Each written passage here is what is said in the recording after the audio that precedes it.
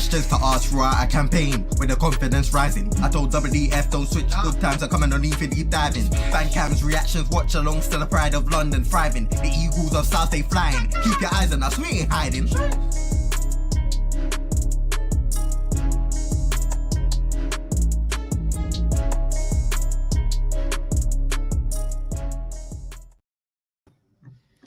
Yes, guys, how's it going? We're back, TACT-EAGLE for the match against Spurs on Friday. So if you ain't done your predictions, remember to get that in before 7. And yeah, Dan, how's it going? Yeah, all good. It's nice to be back after the international break. No, we haven't. No, no, sorry, I forgot. I actually blocked all that out because it was horrific. So, no, I think, yeah, I looked at Spurs. To be honest, Spurs have been a team that I've wanted to look at for ages because I was a big fan of Ange at Celtic. So I had a chance to watch it this season properly. And, well, I mean, I'm glad I did from a neutral perspective, but from a Palace fan's perspective, I'm maybe not as glad. Oh yeah. How you doing, JC? Yeah, I'm all right actually.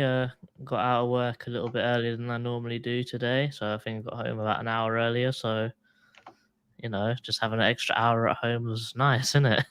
Yeah. No, of course. And also, it gave me a lot more time to actually have a look at Tottenham and how they defend really well. Yeah, we decided to switch up a bit because normally we would both look at everything like individually and then we'll come to it. But we decided to split it up this week so it give us more time to look like more in depth at the attack and defense and stuff like that. So yeah, so we could both take a bit more of a in-depth look at both sides of the game, really. Yeah, exactly. I mean, there will inevitably be crossovers, and whilst we're watching games, there'll be things that we noticed regardless anyway. But yeah, for me, it definitely gave me a lot more time to look at stuff. Yeah, I agree as well. I've definitely found if I just look at something specifically, I can find a lot more information as well. Yeah.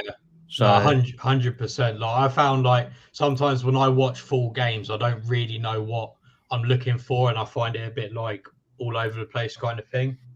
But then like when I was watching like just the attack, for example, I knew that I could just fast forward to when they got the ball and then that was it kind of thing. I was the exact same thing. The second they lost the ball, that's when I hit the play. Yeah. And funny enough, with Tottenham this season, that hasn't been the case very much. Yeah. No, that is true. Let's go into the comments before we kick it off. Big up, Chairman. Here says, big up, guys. And Earth says, evening, guys. How's it going, Good Earth? evening, Earth. Let's go into the first part of this show.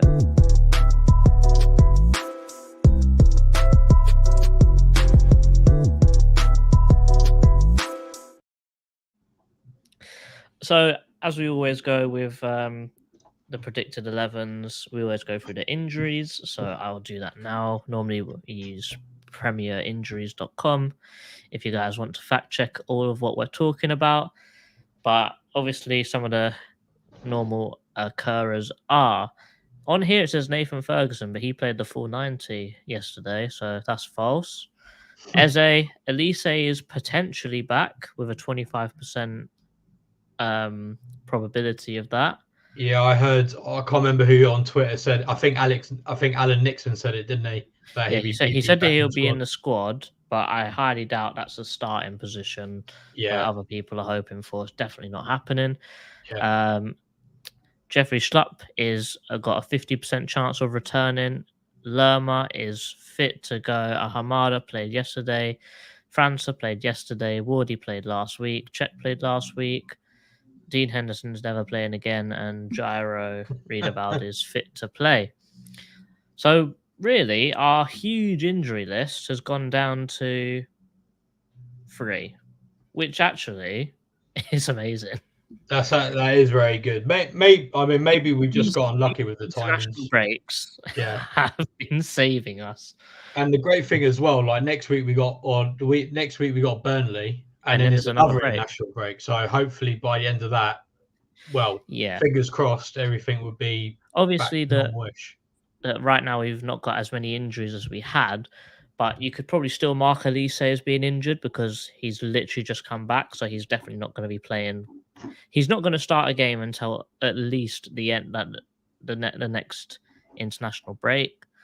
Eze is going to be back after that, but he'll probably take a few further weeks again because of his injury. So these few international breaks have really been helping us, and I'm happy that even though we had all these injuries, we were still picking up points. So, in my opinion, Hodgson's still done a madness, even though after the Newcastle game, some people think otherwise. Going into the Tottenham injuries, we've got Ivan Perisic, who's out until the end of the season. Solomon, who's out until next year. Sessegnon, out until mid-November. Bentancur, same thing. Yves Basuma is back for this game, Yeah. which is definitely going to be a talking point in probably both of us in attack and defense because he is a very key player in Ange's setup. Brennan Johnson is fit again. Romero's back. And that is it. Key players are also returning for them. I think Brennan Johnson's definitely one because I know that Kulusevski is good, but having Johnson with his explosive pace coming on late on into the game is going to cause problems for any team. Yeah, especially since he likes to play on the left and he'll be testing that pace against Joe Ward. So yeah. But he can play all across the front three, can't he? He can play on the left, he can play up front, he done it at Forest, and he can play off the right if he needs to. Yeah. JC, out of interest, what time, just because I've just seen Earth's comment, what time is your last update on there? 'Cause my update says it's the 25th. Like when I've logged on, mine says the 25th. So I'm just curious, I'm just interested, that's all. Where would it tell me? It's literally right at the bottom. Right at the bottom. Underneath Wolves. Last updated 20th of October 23. That's weird. Why does mine say the 25th then? Oh, so because mine's actually slightly different to yours as well.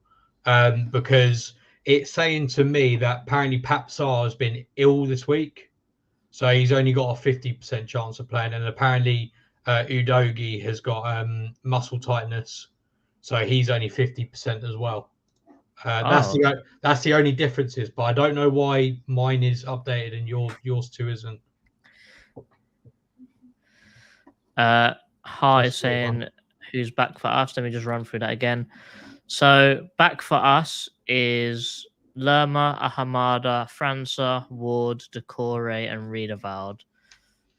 Elise and Schlupp are potentially back, but they've literally just come back, so that's probably on the bench or next week or the coming week.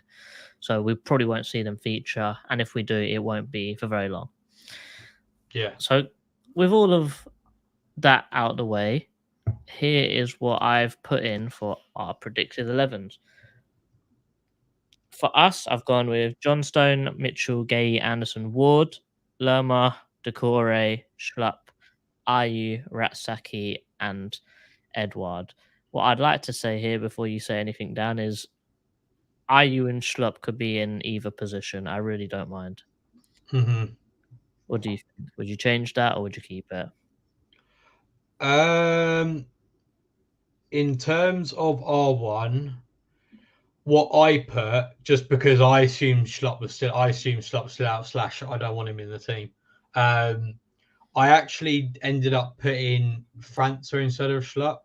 And again, I had the same thing where, I put Edouard where Schlupp was. No, wait, hang on. Let me look first. I put Edouard in the attacking midfield role with Jordan Ayew up front. I put França out left. But again, I would like to see him swap with Ayew. And when I say that, that's what I would hope they defended with. I wouldn't, when they attack, I wouldn't want that to look like that, if that makes sense. Do you think that France would start, bearing in mind he literally started the game yesterday? I know he only played 45 minutes, but I think it's a bit of a stretch to ask him to start a Premier League game so soon. The only reason I've put him there, because I was tempted to put HAMMOND in there, but He started as well. He also started, yeah. The only thing is, I just don't know if Schlupp's going to be back or not. That's the thing that I'm not sure about. But then saying that, maybe he could put Eddie in Schlupp's position and Mateta up front. I just wanted to avoid putting Mateta on, to be honest. Yeah, I would if I had to choose a devil in Schlupp or Mateta, I think I'd choose Schlupp. Yeah. Yeah. I'm not sure. Yeah. I mean, that I would be happy with that. I'm not sure if Schlupp would be back or not yet. That's the only reason I didn't put him in. What about Jez? Do you think he deserves a start? Because I do. Considering the options that are also available, yeah. Like, I mean, obviously, if Elise was like fit and ready, then obviously he starts, but he's not. So I actually would like to see Raksaki start. I've also got a feeling, now I think about it, wasn't Raksaki at Spurs? Wasn't he at his? Let me check that. But I've got a feeling that he was at their youth team before. He was at. I know he was definitely. We bought him. We got him from Chelsea's youth academy. Apologies, no, it was just Chelsea for some reason. Maybe I'm getting confused with Try This B, because he was all at right. Spurs. All right, so that's our one. Obviously, I've got a nice little França and a nice little Elise down there on the bench, as we can see. But moving over to Spurs, and they've been sticking with the same lineup, and it's been performing. So I've just gone with the same lineup because none of them are injured. But you've just said that Basuma and Adoge could be missing, which Sarr, not Basuma. Sarr, that's it. But we'll go for it anyway. In goal, Vicario with Adoge, Van der Ven, Romero, and Pedro Porro at the back, with Basuma, Sarr, and Maddison taking up the midfield. And up front, we've got Richarlison off the left, Kulusevski off the right, and Heung-min Son up front. They sort of play the same formation that we do, with a 4-2-3-1. Yes. Kind of. Or like a 4-2-1-3 kind of. Like a weird hybrid between the two. Yeah, I mean, you guys will see when they're in attack, it is very different when they do have the ball. So, yeah, you'll see that. I'll go into that in detail later, but yeah, that's how it'll appear on like Sky and stuff. So, and when they defend, they sort of use two different formations, and we'll cover that, which is a bit interesting. Do you want to take the attack first, mate?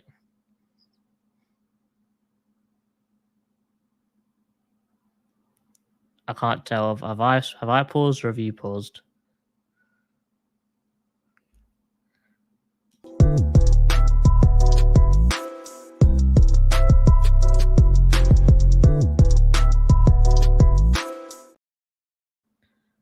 I think he's paused. Can we put in the chat? Because I've got no idea. Let me give him a message.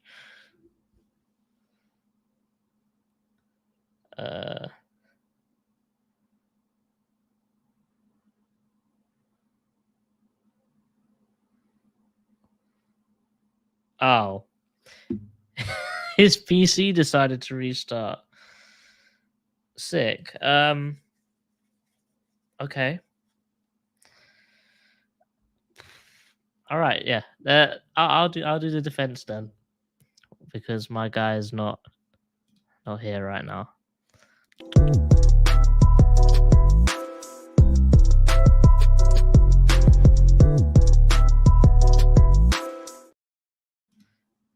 Yeah, I'm just getting it up now. Took me a bit off guard, but oh well. So, Spurs, when they're defending, a bit mad.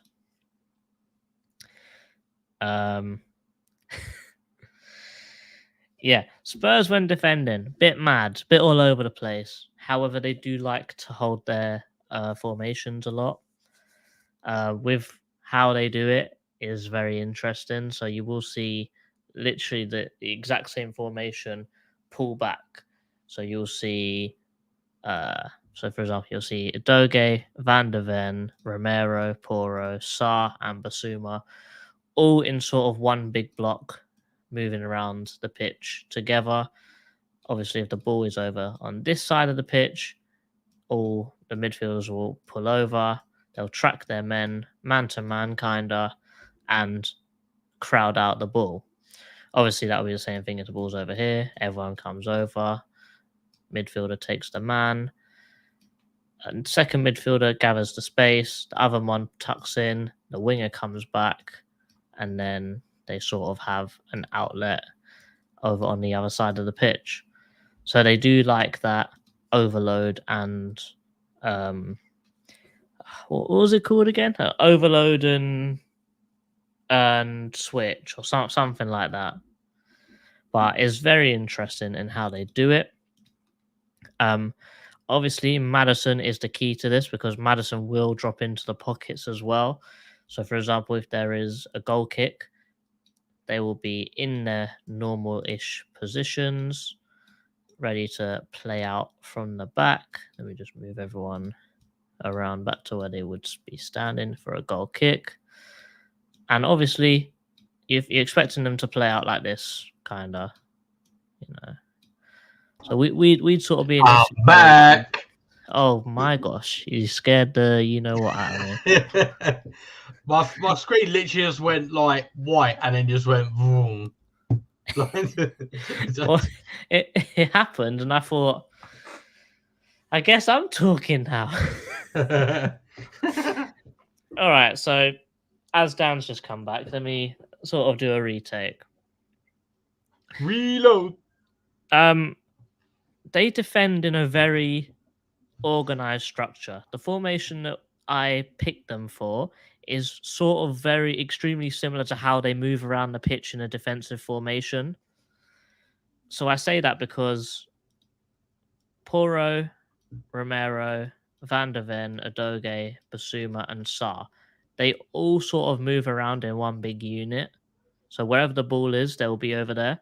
So if the ball, for example, is around here where my mouse is, the whole side will sort of pull over this way and crowd out the man. So, for example, if we're in this situation where Mitchell's pushed up, he's cut. It's not going to happen. But Mitchell's come and he's gone inside a little bit and he's put the ball through to IU in the half space here. What will happen is because the ball's over here, the two pivots will move over. Sa will go with the man, but Poro will keep his position, and Basuma will cover all the space in the middle, while Maddison also tracks over. So they're very focused on trying to crowd the ball out. So, for example, the ball's here. Everyone's sort of pushing over here. Adoge will leave his man, but it will be a thing of Ratsaki would have to follow him into the box, and in that case, Adoge he's like 6 foot something, so he's more than good enough in the air. So, funny enough, he actually hasn't been caught out at the back post as much as you'd think an attacking fullback would be, but it just hasn't happened. Obviously, this is a huge overload here because what's this? 1, 2, 3, 4, 5 against 2 potentially in this situation, and this is what they like for you to be in. They would much rather you get a corner than even cutting inside. I think they've conceded some of the most corners actually in the Premier League, bearing in mind that they're not they actually have the ball a lot of the time. But the thing is they don't mind it because their team is very physically strong, very physically tall, and their goalkeeper is excellent at coming out for crosses. Yeah. So he is a huge factor in them keeping as many clean sheets as they have, and his collecting of crosses and coming out for the ball and sweeping is next to none, really. It's a huge, huge upgrade from Hugo Lloris. Yeah, for sure. I mean, I saw because I watched the Fulham game on Monday. Well, half of it, and that save he made from the corner was just mad. Oh, incredible. Absolutely incredible. What will happen also is if the pressure's being put on, it's very interesting because obviously they'll track the runner, which will sort of leave it as like a five at the back situation. But can you also see what's happening here? They sort of drop into a 5-4-1. Yeah. Son never really drops past, I don't know, about where Lerma is. He never comes shorter than that. Mhm. But everyone else, even Maddison, will tuck in and do the defensive work in the middle as well, Yeah, which is very interesting to see. So they have multiple situations where you can just see the boxes and the triangles absolutely scattered all over their defensive line. They try and stay as compact as possible, and they try and leave one guy on either wing trying to be able to be an outlet. And with someone like Son, you're going to need to put two people on him at all times. So it means that if a team is piling on the pressure, you can't put on too much pressure, because if you leave Son 1v1, he's most likely going to win that 1v1. And they've also got the passing ability to get the ball to him. The goal I think his hat trick goal he scored against Burnley. I think yeah. wasn't I it? think was Burnley, Wasn't it yeah. Sarr? Just one time whipped it round the whole of the back line, Mhm. and he just took one touch and scored. It was a pinpoint yeah. perfect pass. Obviously, I've got some images on Photoshop here to show you exactly that after. I think we can actually go through them as I speak through my notes here, actually. So let me do that. Share screen.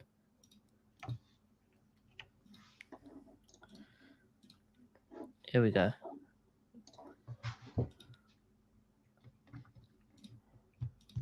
All right, we're here. So, as we can see, they're very in touch with their formation. Let's say you see the 1, 2, 3, 4, Mhm. and then 2 pivots there at all times. Obviously, this is the same situation I said.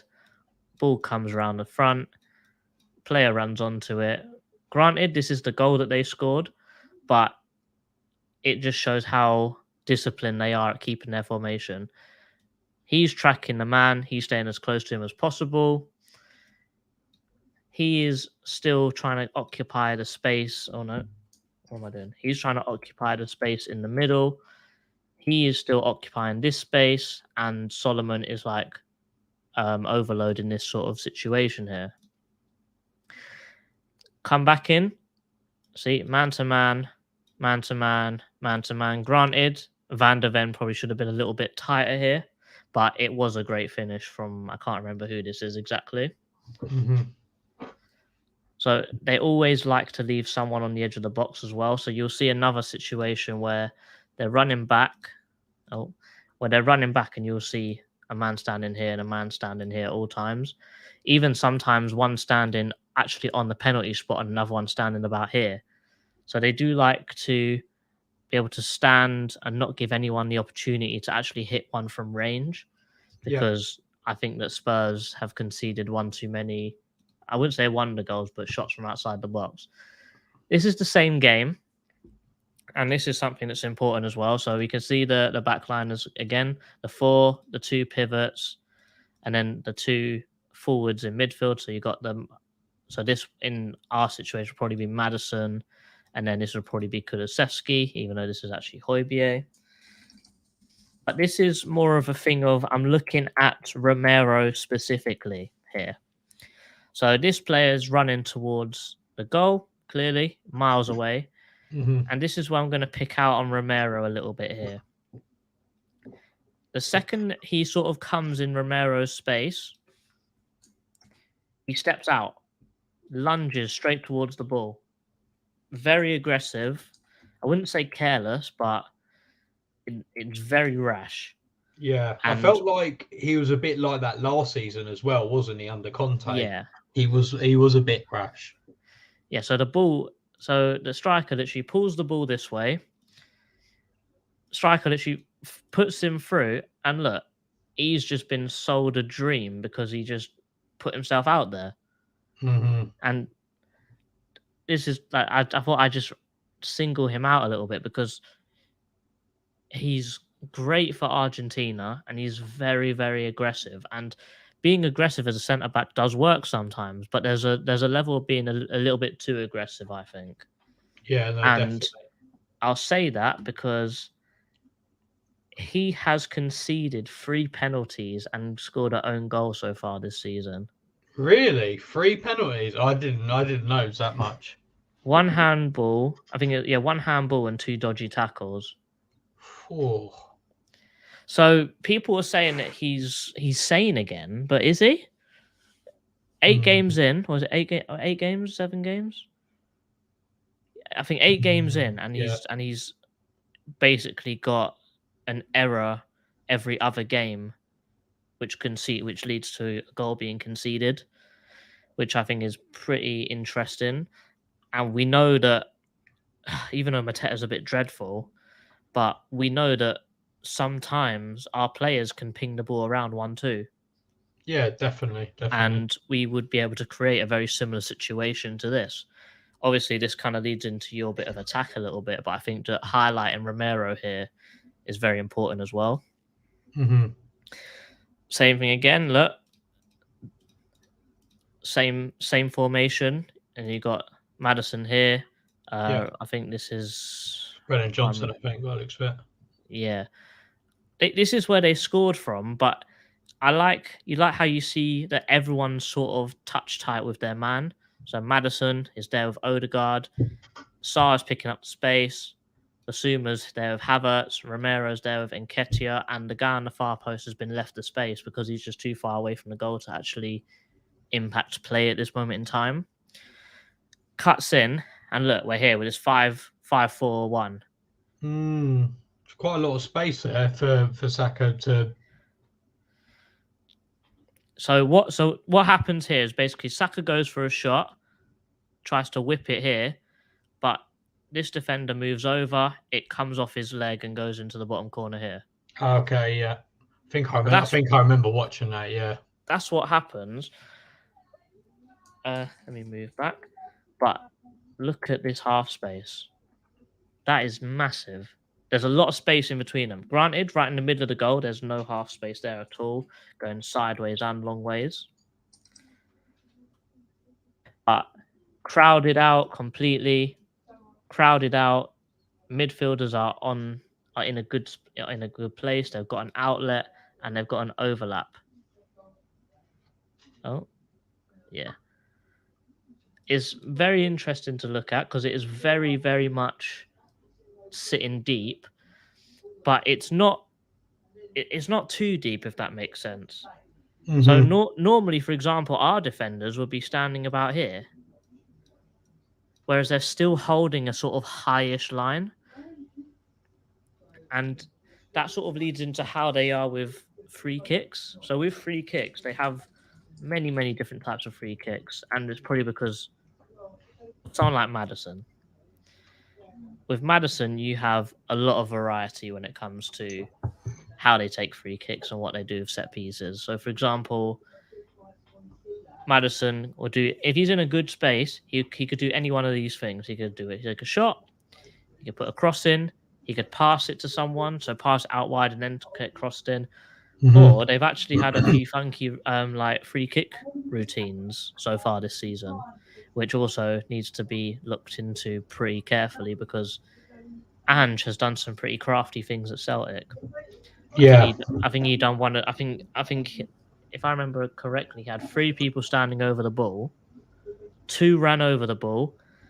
He passed, and then the last one passed it to one that ran wide, and then he literally one touch passed it straight into the box to the other one that ran straight to the goal, and he basically just tapped it in. So it's a very simple move, but it's very effective. And also something strange, if they're defending in a set piece, sometimes, and they've done it against Arsenal, because in this game, Arsenal had 14 offsides. And that's because when they take set pieces, they like to play an offside trap every so often, Okay. which is a bit outdated, but it seems to work. It seems to work a little bit. Wow. As I said, with corners, they're very happy to do corners because the keeper's good, but it's because they're also a very tall team, as I've said before, and their sort of marking strategy is man to man inside of what's this box called? This one here, the 6-yard, right? 6-yard box, yeah. Yeah, inside this box, they're very man to man. Outside of it, it's sort of a bit more zonal. Yeah. So they've got a variety of ways to, get the ball out. Yeah. This may be a little bit of attack, but I feel like it was important to talk about. Yeah, go for it. When they build up, Maddison does like to come very short, and the other pivot will push up a little bit. And the thing is, they're very good, but sometimes they are very slow. And Maddison got away with one here. Gets the ball from the goalkeeper, and then Jesus nicks it and basically goes ping straight into the gods. And it's interesting because you see how wide Romero and Van der Ven is. So Yeah. if someone pops up in the middle, if we can somehow initiate a press up high, it's going to be risky. But if we can somehow initiate a press up high, we could be in a very similar situation to this. Here, sort of, it shows what I was saying about the corners. Man to man in here, and then a bit more zonal the further away from the goal you get. One thing I did see is from this situation, Andrews definitely said to them, when you're clearing the ball, pass it, because this is a clearance. It's only gone straight to here. When that ball should that ball should have gone into the stratosphere. It's just been passed out because he tried to pass it to Son. So that's sort of another area of weakness with their defending that I've picked out on. And sometimes, very rarely, in this image, you know how I said, obviously, you got the 1, 2, 3, 4? You don't see the other two in this situation. Is that meant to be... Who's number 4?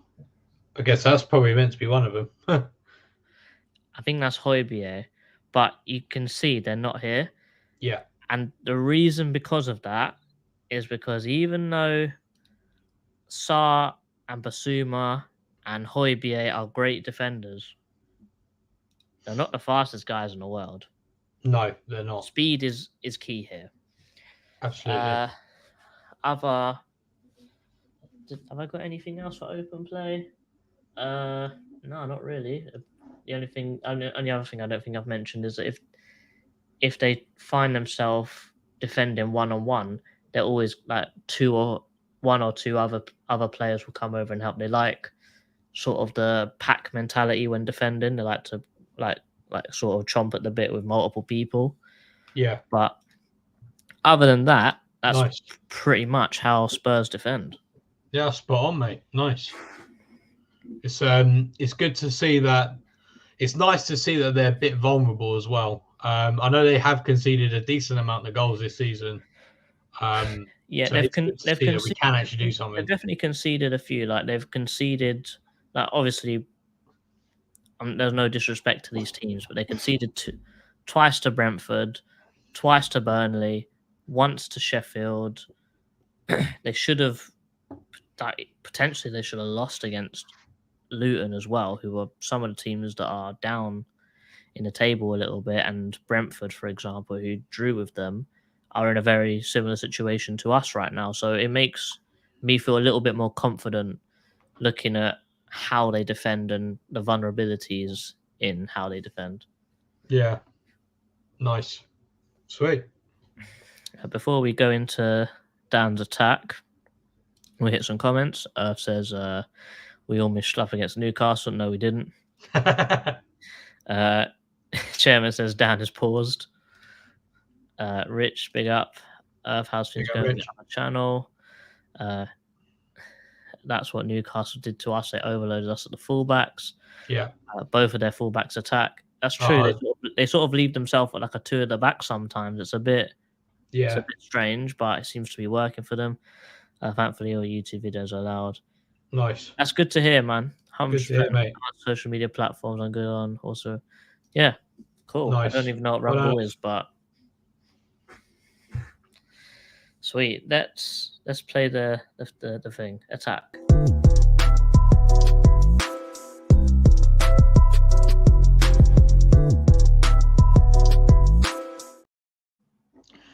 So, as you all know, Spurs are very good in attack. Thank you for coming to my TED Talk. That's all that. I'm joking. But yeah, I gotta be honest with you. I'm not really sure how. Normally, I've got like ideas on like how to defend and stuff like that. But with Spurs, I'm not 100% sure. Like, I've got to be honest. So I'm going to break it down into 3 kind of sections. So section number 1 is going to be build up. So basically when they've got the ball sort of like over here, which JC's already partially touched on. I'm also going to talk about transitions. So basically how they can basically move from one end of the pitch to the other very quickly. Or even if they win the ball high up. So, for example, they do a really good high press, which I'll talk about in a minute. And then finally about what they do in the final third. So in the build-up, generally, it's already been kind of touched on, but this is generally what you'll see. I know I've got slightly different players to JC, but that's only because I thought maybe they might be injured or whatever. So they're just placeholders for now. So don't take them as gospel. Generally speaking, so let's say, I don't know, Vicario's given the ball to Van der Ven. Generally, what will happen is that they'll invert their fullbacks to come inside. So something that you'll see quite a lot with like Pep Guardiola, for example, this season. Well, not just this season, but yeah. Then normally what tends to happen is that Bissouma tends to come inside a little bit. So you're kind of left with this kind of formation. The reason why I think they do this is because normally when I've watched them play, other teams will be... Actually, let's bring this just a bit more closer here. So Son's there. So I think, firstly, the first thing to note is that they keep Kulusevski, or the wingers, they try to keep them as high as possible. Because what that means then is they'll keep that width. So it means that Tyreek Mitchell and Joel Ward, they're going to have to. There's going to be a gap between here, because obviously if they come there, then all they've got to do is just come narrow, and then that's relatively easy to defend. So they don't do that. They stay up there, stay down there. The front three at this point is actually surprisingly rigid at this point. And yeah, what they do is they try, basically at this point, they just try to get an overload wherever they want in this initial build-up. So say the ball's over here and they try to come over here. They'll try and make it so they've got options to either get out of this situation, or what they do like to do as well is that, as JC said, sometimes Maddison will drop. Actually, let's just change this. Let's just change Højbjerg to Sarr. Højbjerg, Sarr, they like to drop in as well. So, and again, it's pretty fluid where they'll drop in as well. There's no real set way of how they do it. It's all very situational, which is part of the way I find it's quite difficult to play against Spurs, because they've got a lot of different bows to their arrow. And I think if you try and defend one way against them, it's kind of like, I don't like alluding football to chess, but it's like in chess when, say, you've checked the king and you've done that, so then you can then take another piece. It's kind of that situation where if you do one thing, they'll just use that and then do another thing. I feel like they sort of, Andrew's given the players sort of a freedom right as well. if that makes sense. So you will see for example, you will see Madison and Richarlison swap in. Yeah, Like you will see Madison picking up a spot out wide because he's not getting enough of the ball in the middle, Yeah. for example. But then absolutely. someone else will fill in, and it's sort of like they'll have the players will have their own freedom and like room to express themselves and do what they do best. Absolutely, because for example, you could have this same formation, but then instead of Udogie and Porro will be higher, and then Madison and Sarr will drop. So sometimes you can even see them this high up the pitch, just in build-up play.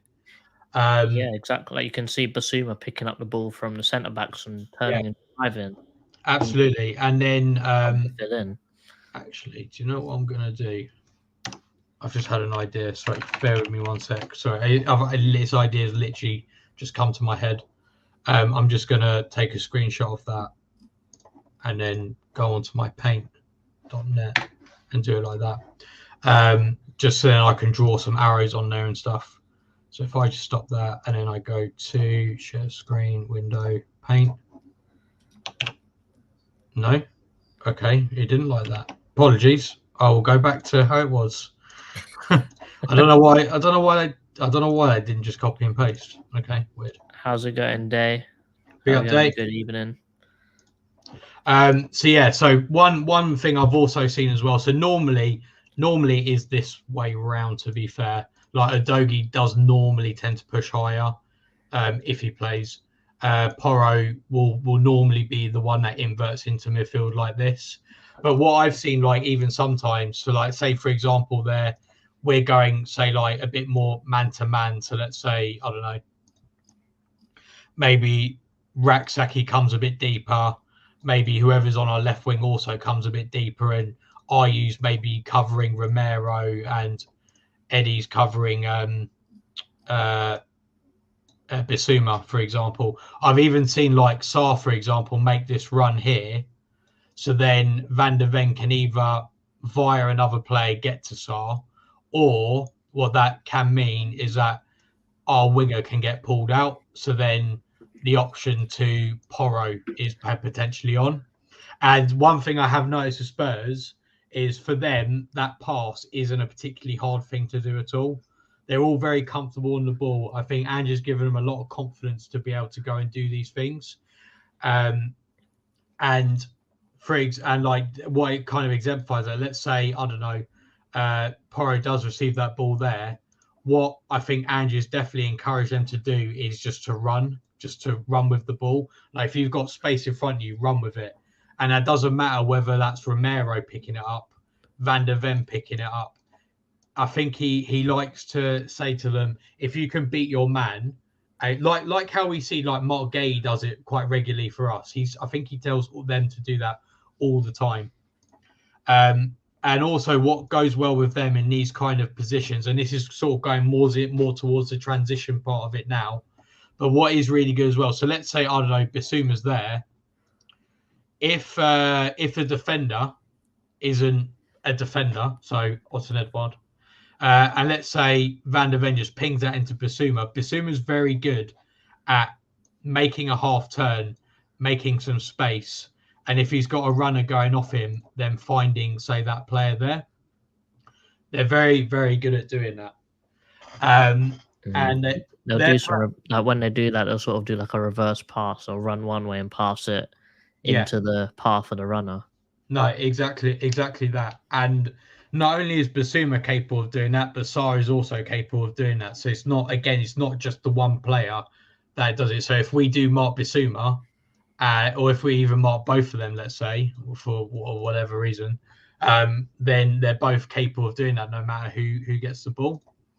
And that kind of vertical pass, as we like to say on here, is something that I think is really highly encouraged by Ange as well. So let's just move all these players back a little bit. So let's say it's a bit more over here. So let's say like they're kind of generated this transition. Let's say Bissouma's here. Sarr does like to come to this side a bit more. So yeah, so we'll leave him there. So let's say, I don't know, we're here and Basuma's got the ball here, let's say, if Son, and I have seen this a few times, or Son will drop to this position here, kind of inside of it. In fact, I do have an example where I might show you the example or not. I do have a couple of examples to show you, but Son will happily drop into this space. And what I've noticed he likes to do as well, and I think this is very clever, is that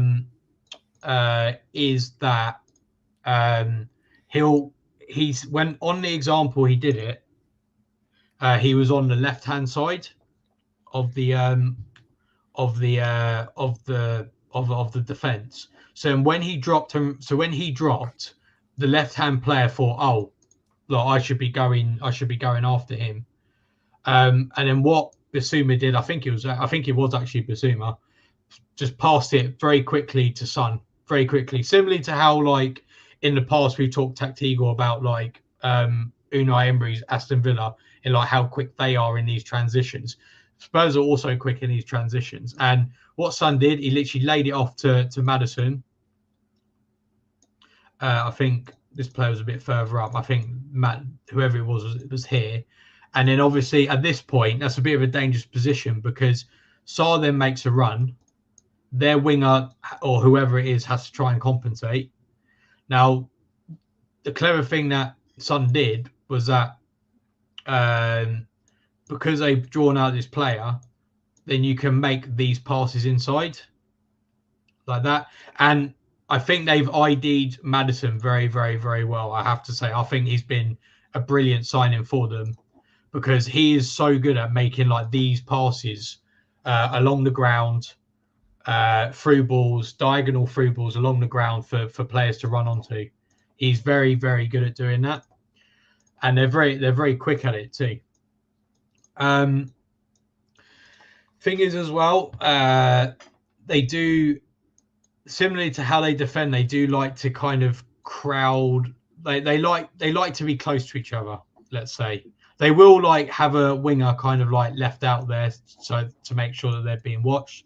But let's say, I don't know, Udogie's got the ball over here. Let's say they do like to come over and really. They like to be on the one side of the pitch.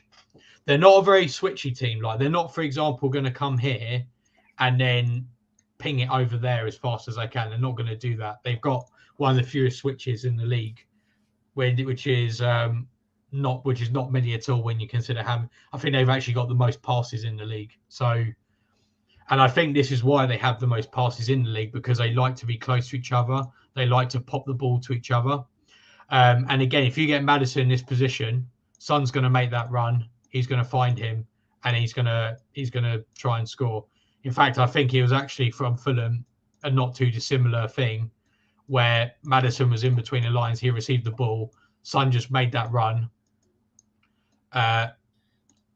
He then tricked the player, then feinted the player, and then was in this position. And then Son in that position, like he never misses.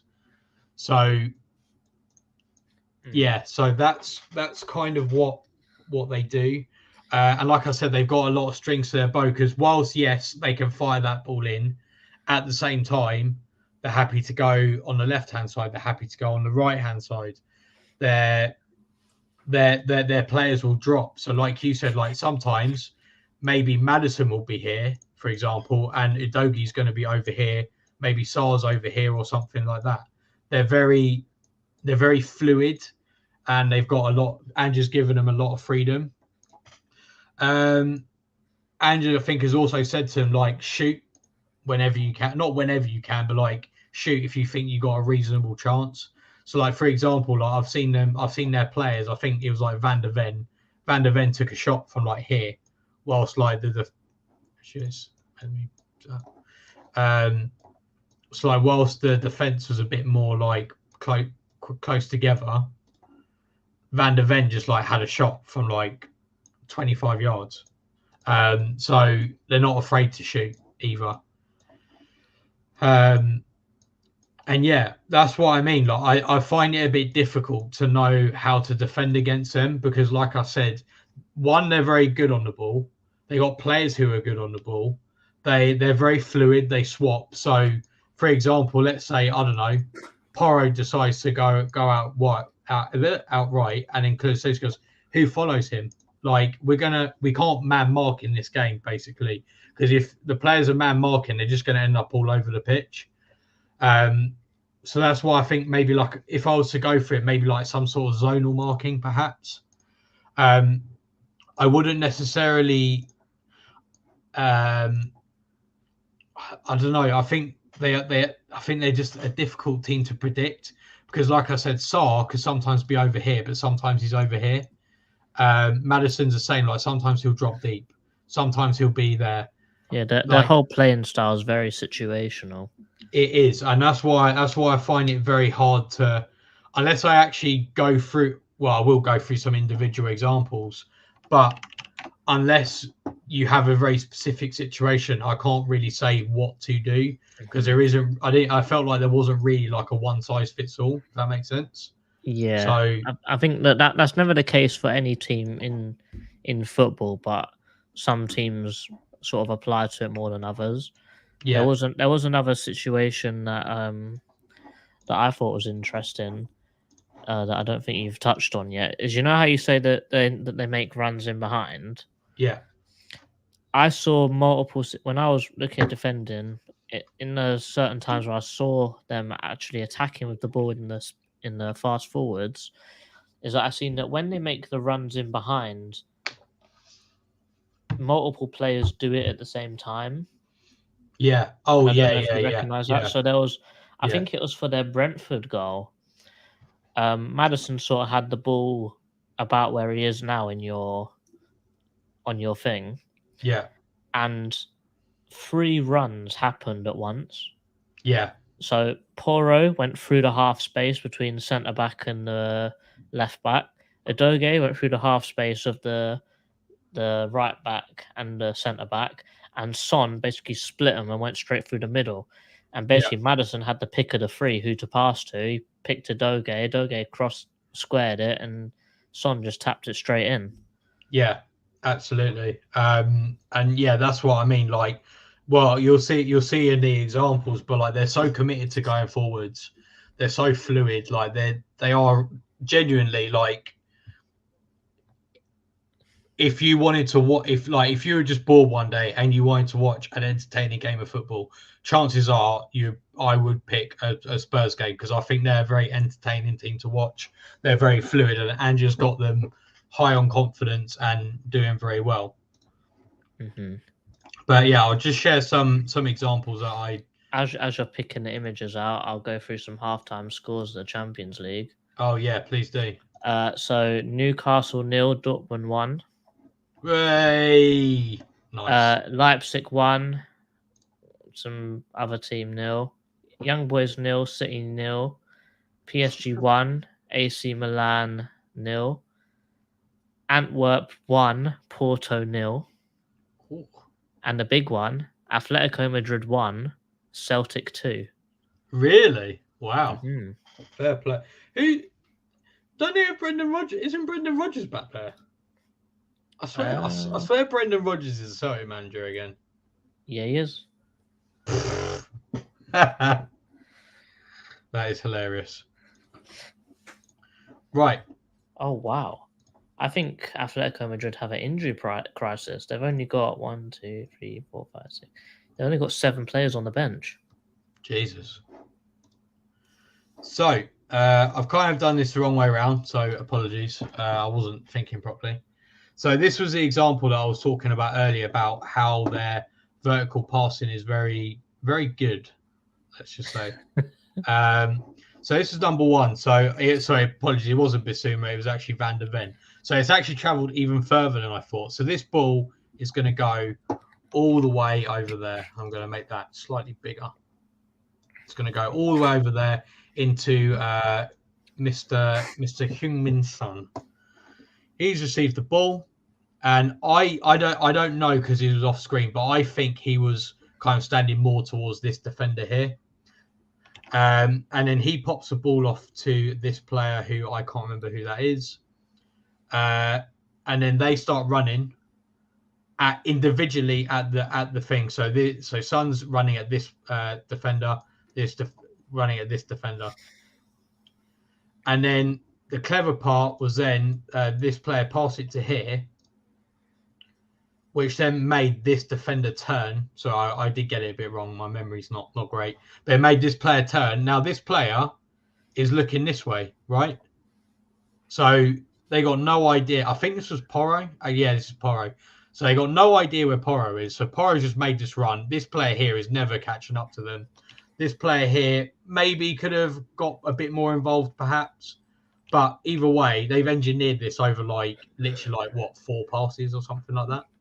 So they're going to make that pass. He's going to run through. I think the pass was a little bit overhit from what I remember. Or either that or Porro took a bad touch and then just missed it. Like, it was literally like this side of the post. So that is one thing to note. Why do I have this? Oh, yeah. I don't know why I didn't take more pictures. But basically, they're very good with their combination as well. Like, for example, this player here has got the ball now. They already know which player is going to receive the ball in 4 passes time already, because they manipulate the other team so well. So who do you think? So you got, 1, 2, 3 passes. Sorry. Who do you think is going to receive the ball, JC? From what, the third pass or the first one? Oh, the third one. So after the third pass, who's going to receive? I reckon. I'll give you a clue. They are on the screen. So I reckon Madison's on the ball. So his first pass will be to Basuma. Yeah, so you're right. Yeah, so like you said, Madison's dropped deep. We said that earlier. Goes to Basuma. Yeah. Basuma knocks it down the line to Porro. Nope. Oh, no, he hits it inside to Sarr. Nope. Behind Billing. Nope. Oh, over to Son. Over there. Yeah. So what's happened? So in this time, so by the time he receives the ball, 19 is getting drawn in there cleverly. So Basuma hits his first time because he already knows what Son's doing. And then that ball comes straight down to 23. Yeah, exactly. So this player here is now over here. And then that's just a very simple ping over there. It's not the greatest pass, so but the intention is there. So that's what I mean. They're very good with their pass as well. They already know who they're gonna pass to and so on and so forth. So I've got so I should have started with build up first, so I apologize for that. But there's not that many. To be honest, they're just examples just to illustrate what I meant. So inverted fullback. So like I said, this is Porro here, right there. That's Porro.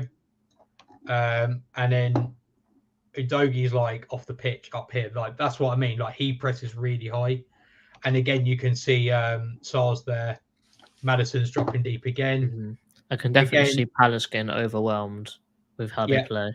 Definitely. Like, I think in the Fulham game, I'm fairly sure Madison even like dropped to fullback sometimes. So yeah, so honestly, in terms of attack, I think it's going to be really, really difficult. Mate, I think as long as we stay solid and we stay zonal, maybe we'll be okay. But it is going to be a hard game, and we don't have the best record against Spurs anyway, even when they crap, so. Granted, we're not playing away, which I guess is a plus. Yeah, but still, I think that it's another one of those games, isn't it? We say it against all the bigger teams that we're gonna have to defend for our lives the whole game just to even think about getting a point out of this. Yeah. Oh yeah, absolutely. Like, if we get a point out of this, I'll be well chuffed. Yeah. So ignore what I've called this, because for some reason I called this narrow, and I don't really know why. But I just wanted to illustrate this is actually their goal against Bournemouth. I have to be honest, Bournemouth were terrible. Like, they were not following their men, like, at all. Like, they were really poor in this game, I thought. But anyway, it looks like their manager's going to get the sack. Yeah. So this was Spurs' goal. But that's what I mean. Look how many players they've got in this area, all being man marked as well. So, okay, credit to Bournemouth in this particular scenario. I mean, you'll see why it was bad in a second. But yeah, 5 players. So literally half the outfield team, all in this small area, right? And then you got 2 more over there. That's 7. So then the 3 I don't know who the 3 would be. I guess it would be, well, that's Basuma there, so I'm not sure, but it would be probably the 2 centre backs and someone else. Unless I've missed someone over. No, it's because it doesn't matter. I'm waffling. But anyway, so again, their passing situations are really good. So pass to here. Basuma then runs into this space. Now, do you notice Richarlison is making the run over here? The pigeon's flying, yeah? Pombo is flying. You are correct. That's pigeon in Portuguese. He's actually called that in Brazil as well. Pombo. So yeah. So I mean, I can see a few things here for a start. Kulusevski's providing an easy option. Okay, good. Porro has played that pass and immediately also then run in this direction. So if Basuma wanted to, he could probably pass that there and he'd receive the ball and he's got loads of space. But instead, what they do, you can see Richarlison's moving that way. He's moving that way. Again, clever, because this defender here, well, I think there is a bit of lack of communication between these two. Because really, I think, well, I don't know. Because, again, they've put him in a hard position. Because if this player follows Richarlison, then Sarr's in. And that's an easy pass. I mean, really, this player should probably follow Richarlison and this player stay on Sarr, really. That's what should have happened. But Yeah, but Billions not looking, though, is he? Well, exactly. They're not looking. To be fair, it's great movement from Spurs. And then I think what happens actually as well is that, sorry, apologies, this is what happens. So Richarlison does that. So Sarr starts to go that way in case that pass is on. But then he actually turns around and then runs that way. So you've got the 2 players in that space. And then what I said about they like to play the through passes. So Maddison's making that diagonal-ish kind of run. Again, that's that one pass. And then he goes in and scores. That's basically it. So again, in this third, they've got very, very good movement. The only thing I would say is that I wouldn't say they're massively great. Oh, I don't know. I shouldn't have deleted that. Let me bring that back. I wouldn't say they're that great if, like, say, you're defending really deep, like over here. That's something I've not really seen them do that well against. But then I haven't watched all of their games, so I can't say it for certain. So that might be another avenue that we could explore. But yeah, but in these situations, they're dangerous. Again, numbers forward, you've got 1, 2, 3, 4, 5, 6, 7 players in that picture. I remember that 23 is Porro as well. Yeah, that's Porro. That's the right back, and Kulusevski the right winger.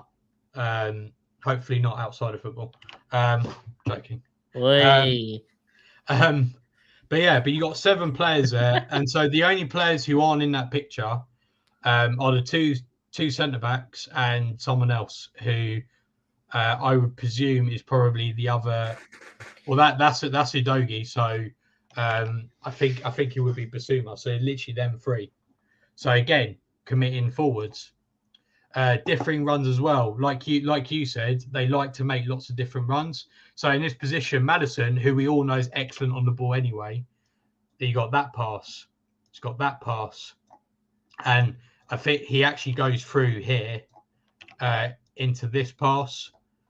And then you've also then, I suppose, you hit it harder and Richarlison's into a bigger run, either of those players could get that ball. So, again, yeah. So, to summarise, I would say what I mean is that they'll mix it up a lot.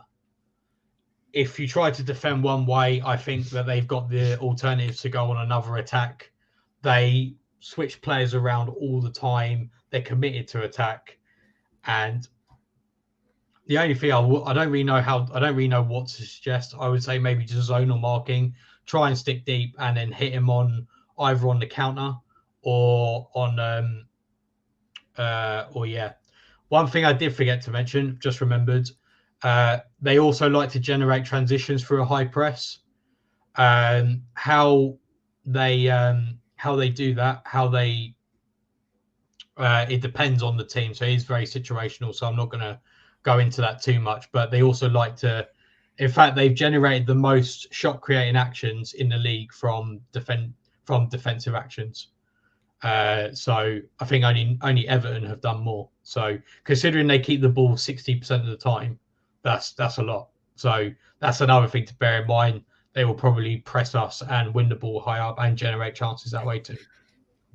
Yeah, I think that if I was going to give my input on how we potentially get a point or even win the game somehow, obviously it's going to be a caveat of I don't think it's going to happen, but I think we've got to try and get them in transition when all their players are moving all over the place, and when they're all not in a familiar position, let's say.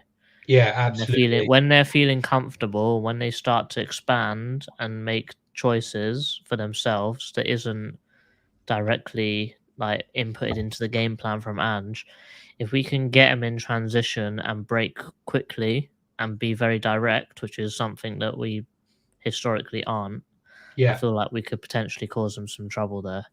But that's just getting towards the goal. Our finishing is just a different story, and we can't. Well, yeah, there's nothing tactically can make our finishing better.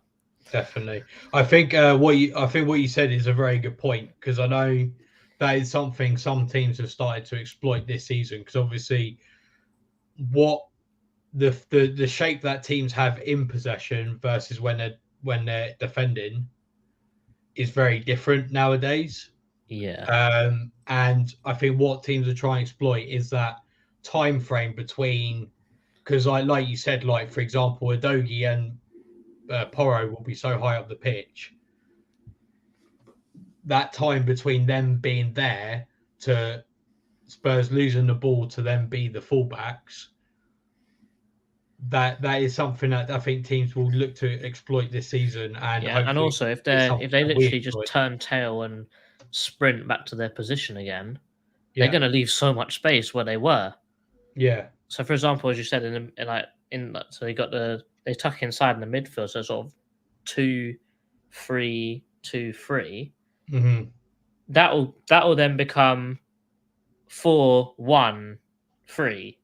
If that makes sense. So there'll just be huge space in the midfield. So if we can snatch the ball and they're not pressing us to try and attack the ball and get it back, they're going to be so light in midfield that if we just have a stable midfield, a solid midfield with Lerma and Decore, I'm sure that we could actually win the midfield in this game potentially. Yeah, no, I agree. But lastly, score prediction. Threw you under the bus last week. I'll take the blame this time first. Go on then. 3-0 Tottenham. I think we'll lose, but I think it'll be close. Not close, but I think we're going to make it difficult. It's at our place. I think he'll be 1-0, and I think Heung-min Son will score because he always scores against us. Yeah, I had a joke with some of the people at work. I told him that Palace are playing Spurs, and he said, you guys are going to get smacked. And he basically just said every word of how we're going to get beat. He's like, you're going to get smacked. You're going to get destroyed. You're going to get this. You're going to get that. And then he said, you're going to get caned. And I said, we can't anymore. He plays for Bayern Munich. Hooray! And I was like, Thank God. Thank God. That guy always scores against us. But guess what? So does Son. Yeah. Yeah, and he's still there. Yeah. I'm just kind of hoping what's the score you went for then? 1-0, yeah? 1-0, yeah. I'm kind of hoping like Højbjerg or someone like that plays, because then, they're more exploitable than Sarr and Basuma. Earth here says 1-1. I'm taking that. I'm taking 0-0 as well. Wait, is that 1-1 or is that in the Champions League? I Antwerp Porto Oh no, is now yeah, 1-1. yeah, yeah. Oh yeah, yeah. No, But I'm fair. guessing he's saying 1-1 for us. Sweet. But yeah, other than that, Dan, that was a longer one than we normally do. When the idea of this was to make it shorter, but we just found more. Oh well, who cares? Hopefully, you guys enjoyed the show. Dan, is there anything else you want to touch on before we wrap it up? No, all good. Cool. Guys, thank you very much for watching. Thanks, Remember guys. to put your score predictions in. This is TACT-EAGLE for Crystal Palace versus Tottenham Hotspur. And as always, up the Palace. Eagles!